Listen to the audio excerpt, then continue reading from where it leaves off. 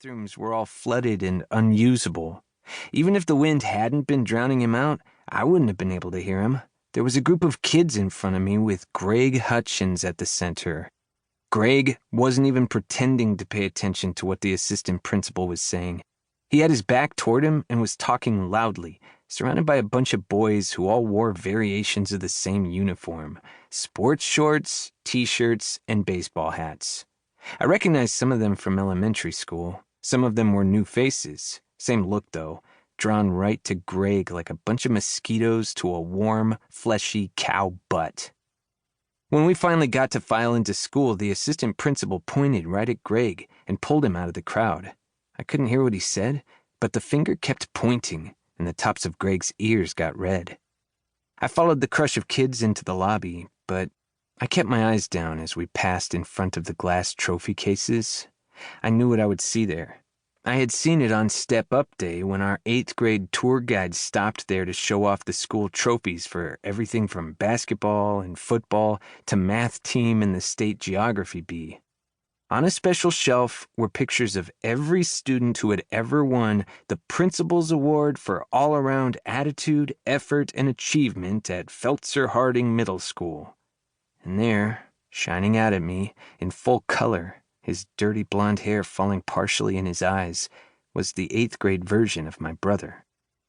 Any teacher I ever had who'd had Charlie too, and that was most of them because our town was so small, practically fell out of their seat when I told them that, yes, I was related to that Charlie Barnes. And for the first week or so, I could do no wrong. But then, slowly, the shine would rub off. I couldn't keep up, even with his memory. Charlie was 9 years older, so I was in preschool when he was in 6th grade at Feltzer-Harding Middle School. When he went off to college, I was only in 4th grade. Less than a year later, he was dead.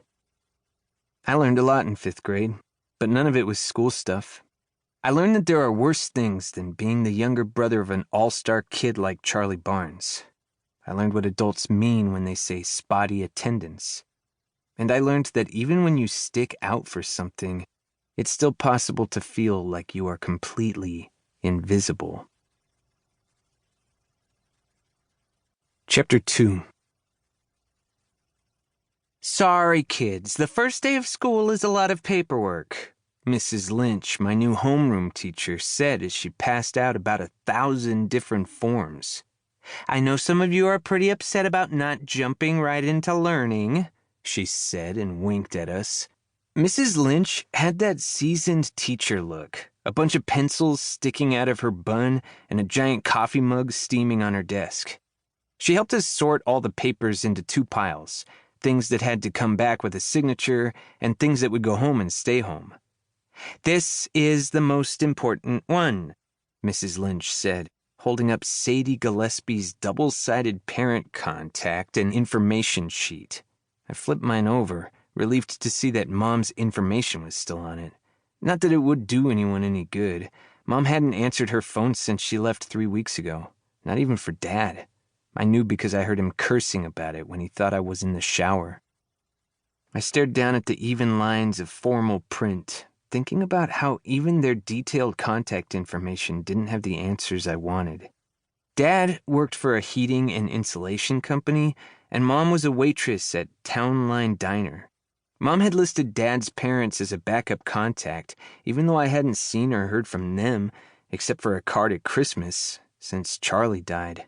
The other emergency contact was Mom's friend and boss at the diner, Rosie. There had better not be any emergencies that Dad couldn't handle because there wasn't much left for backup. I stuffed the papers into my bag and half-listened as Mrs. Lynch went over the bell schedule for the first day and assigned us lockers. Robbie had the locker next to mine, since they were assigned alphabetically, and Belcher came right after Barnes. I stuck my empty backpack in and watched as Robbie unloaded new notebooks, pencils, highlighters, and index cards, all still in their plastic wrapping. He shrugged sheepishly. My mom likes to get this stuff as soon as she gets the list. I didn't know there was a list, I mumbled.